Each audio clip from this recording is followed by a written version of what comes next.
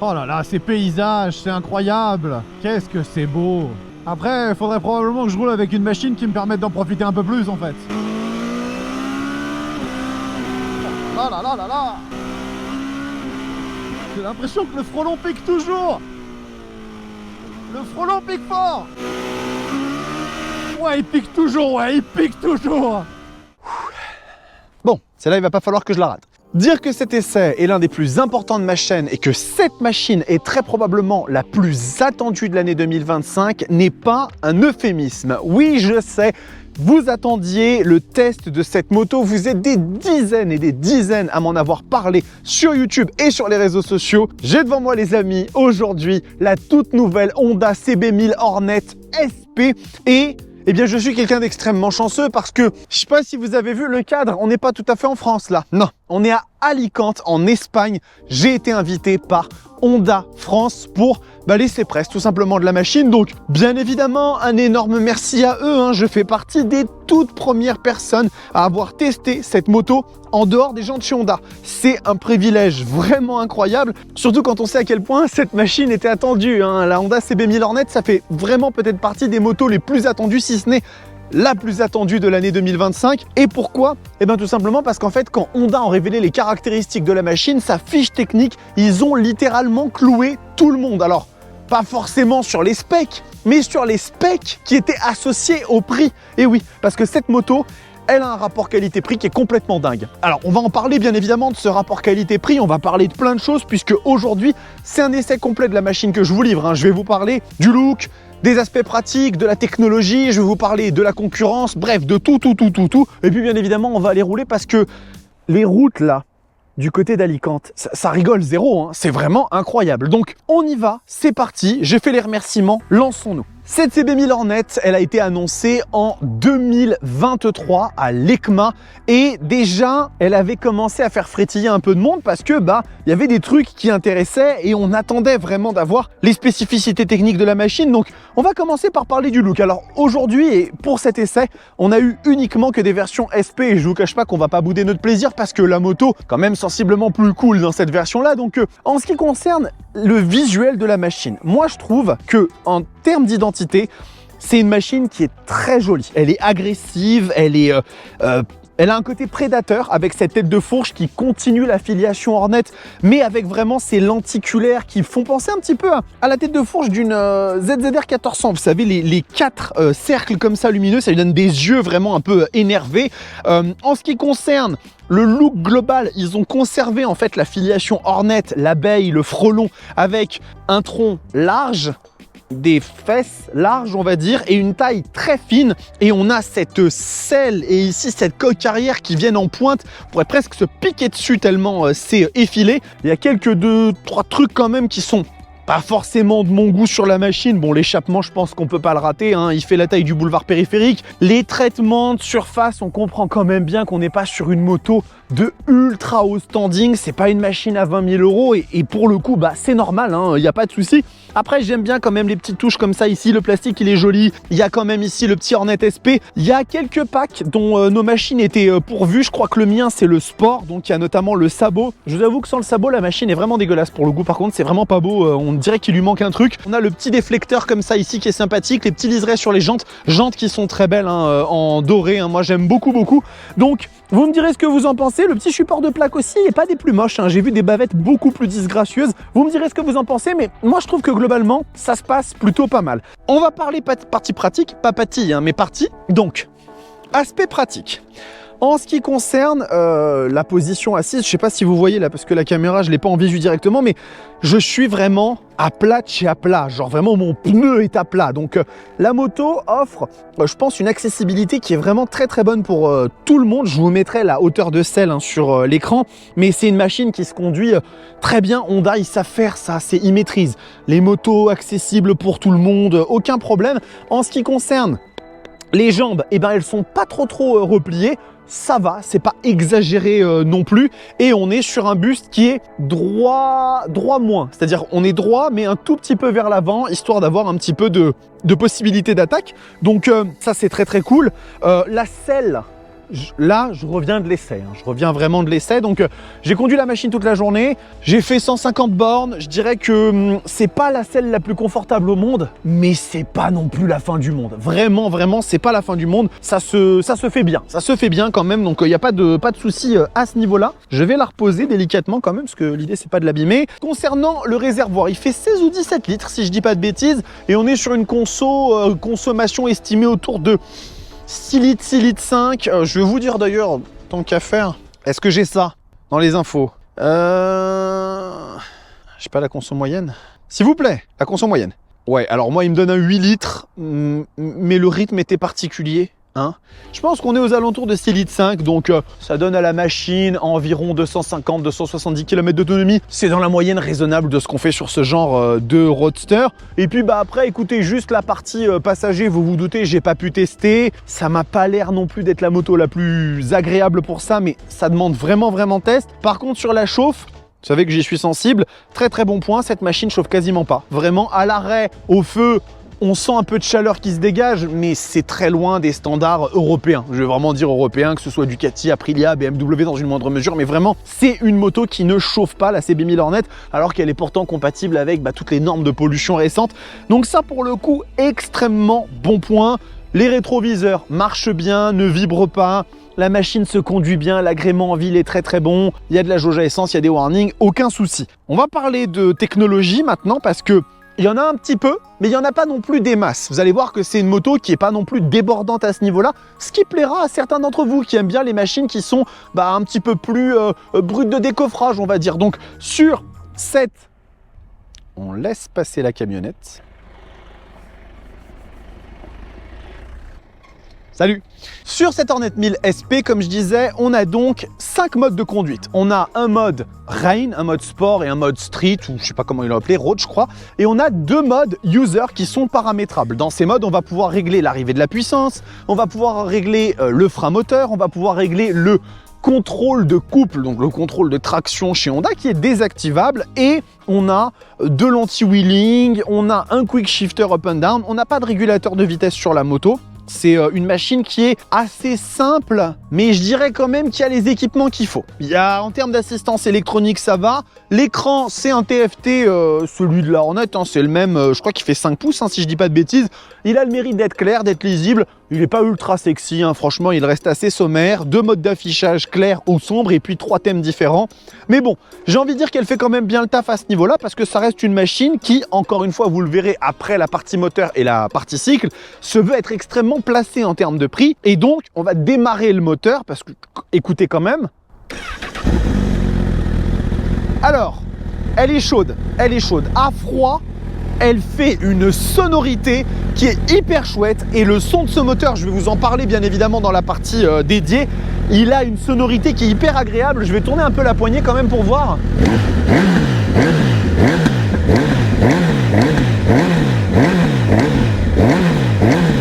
Il y a des petits retours, Honda fait des retours. Retour vers le futur, Honda fait des retours. Écoutez, on va pas attendre plus longtemps, je vais monter sur la machine, je vais vous montrer les routes d'Alicante parce que ça mérite vraiment la peine, et on revient après.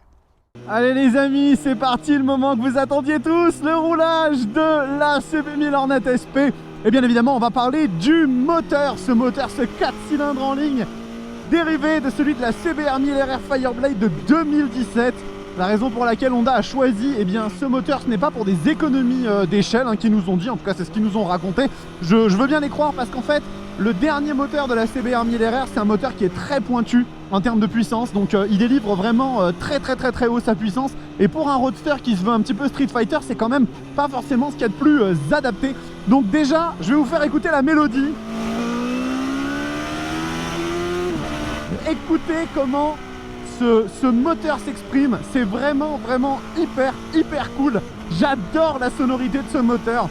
Vraiment, ils ont travaillé la résonance avec la valve qui s'ouvre et qui du coup justifie la puissance supplémentaire. Et ça donne vraiment du coup un charme à cette moto en termes de chant qui est vraiment exceptionnel. Et vraiment pour le coup, regardez, je repars d'en bas.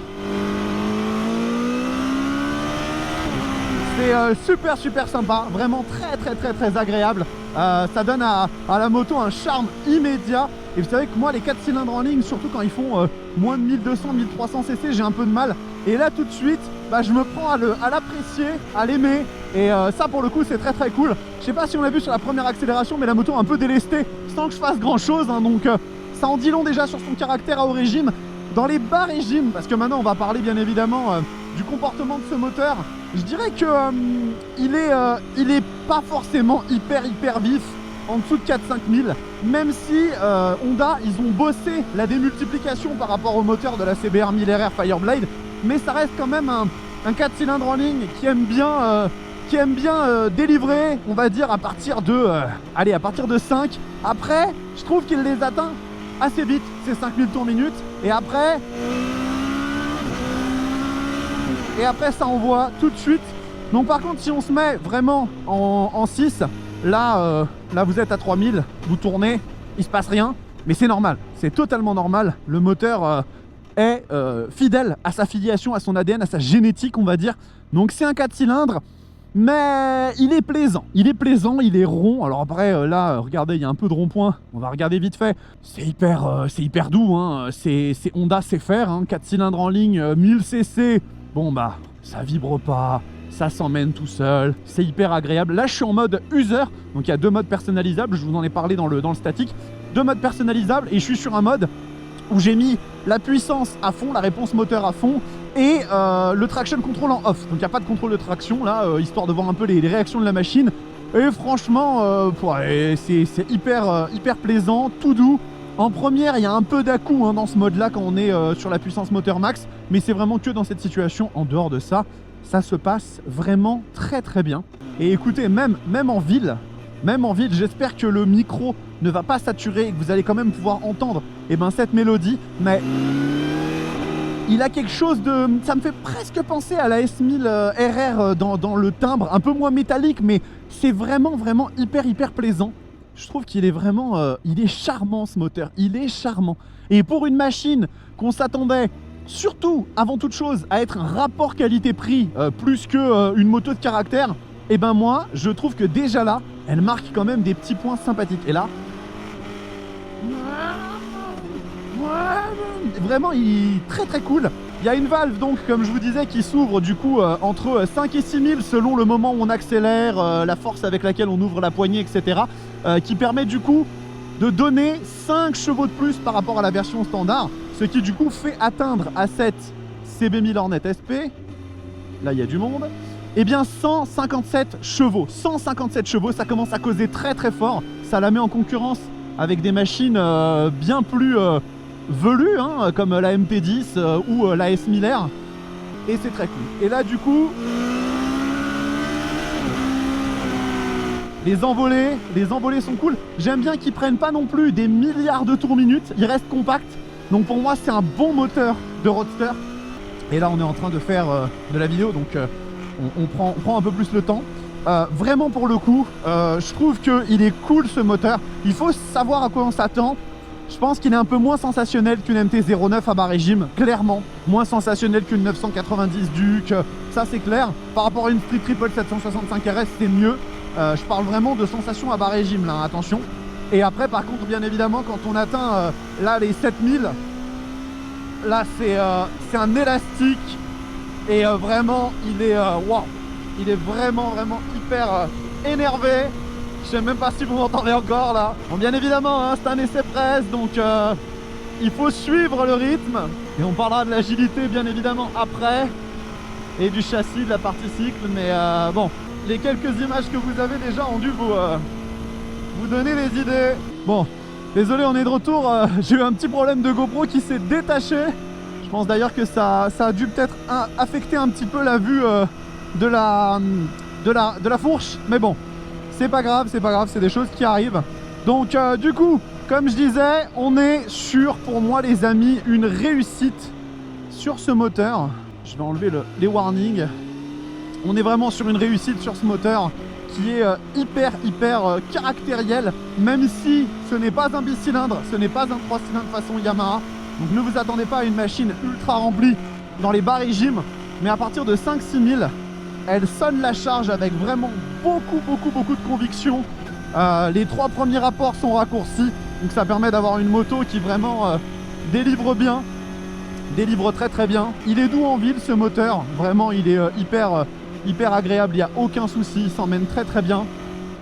Et écoutez, j'ai pas grand chose à dire, hein. On va mettre tout ça face au prix après, et vous allez voir que ça fait mal, ça fait très très mal.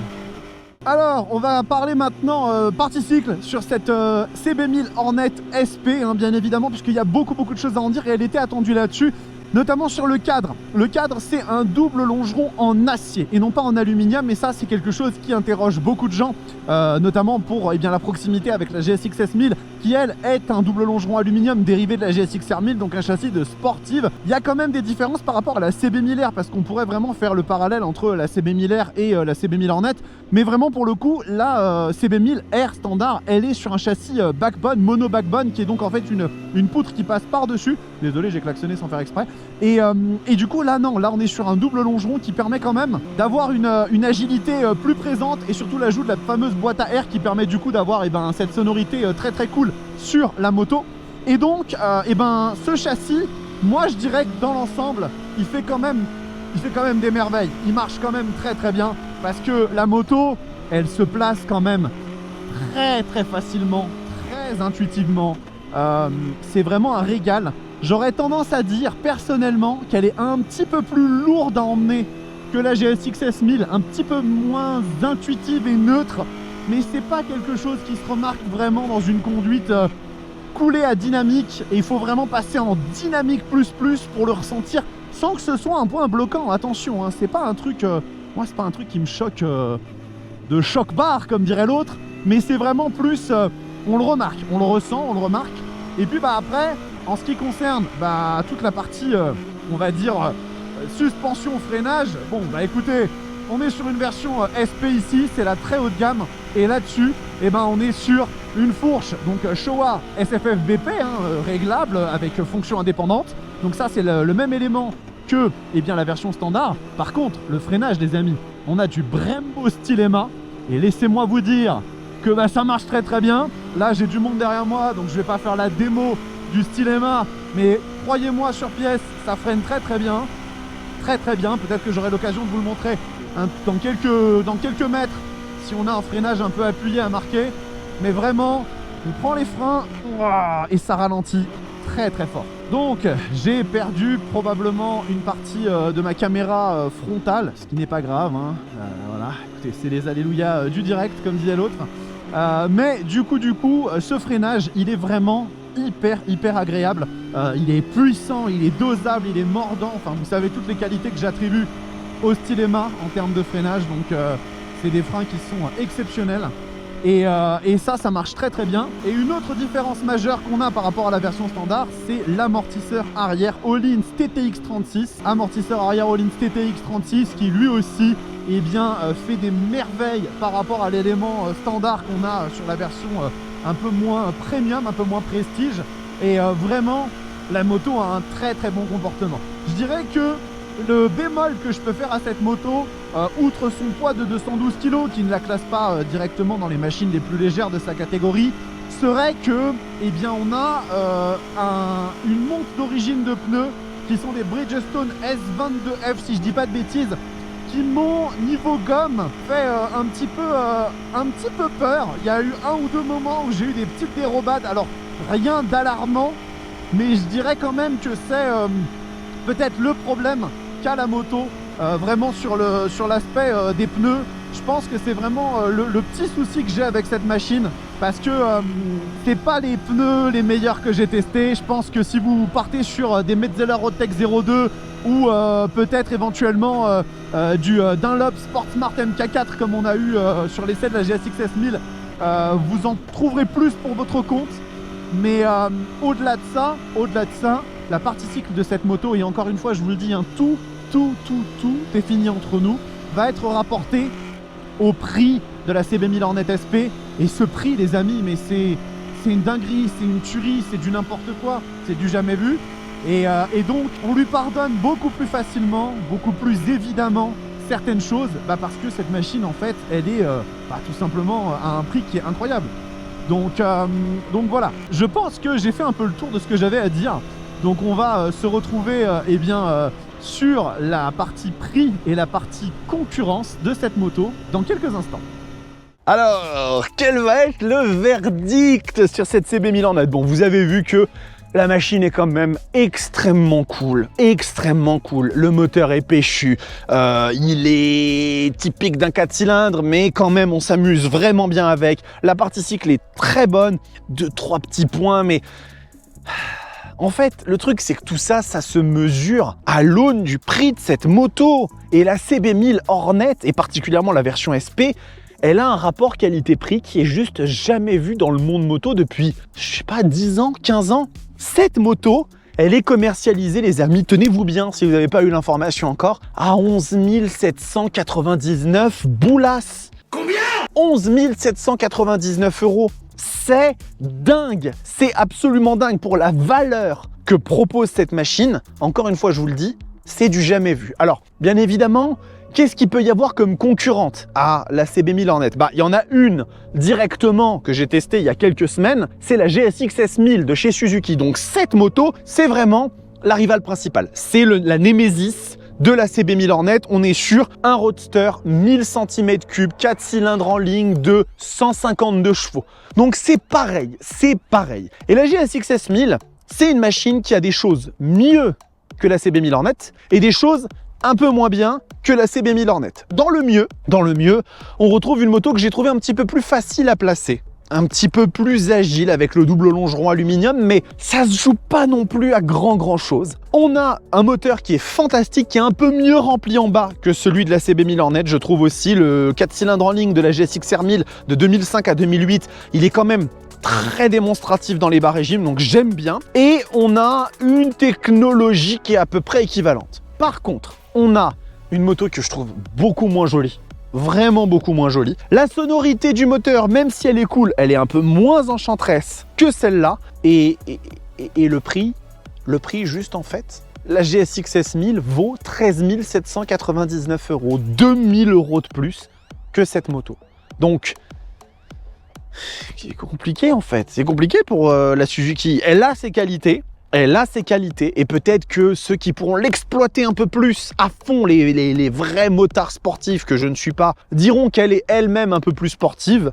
Mais franchement, pour le tout venant, comme la plupart d'entre vous et moi, j'aurais quand même tendance à dire que celle-ci s'en sort un peu mieux. Bon, ensuite, on va parler d'une moto qui n'est pas considérée forcément comme une rivale directe pour certains, mais moi je trouve que pour le coup, elle mérite vraiment sa place en face de la CB 1000 Hornet, c'est la Z900 de chez Kawasaki. Et oui, parce que depuis la disparition de la Z1000, la Z1000 Sugumi, et au revoir, elle a été remplacée par la ZH2 et là on joue pas sur le même tableau, et ben en fait, la Z900 déjà c'est une moto qui s'est toujours très bien vendue, elle a toujours été dans le top 5, top 8 des ventes en France, et c'est un 4 cylindres en ligne 900 cc qui ne fait pas la même puissance. La nouvelle version 2025 fait 124 chevaux si je dis pas de bêtises, donc on est quand même nettement moins pourvu que cette machine-là. Et si je devais comparer l'ancienne Z900, la 2024, à la CB 1000 Hornet, le match s'arrête avant qu'il ait commencé. C'est-à-dire qu'il n'y avait pas de quick shifter, la moto pèse un âne mort, la techno, ça va pas, l'écran, ça va pas. Mais le modèle 2025 a quand même remis les pendules à l'heure sur certains aspects. On a notamment un nouvel écran TFT qui est très joli et qui balaie celui-ci en termes de technologie. Il est vraiment sympa, il y a un indicateur d'angle,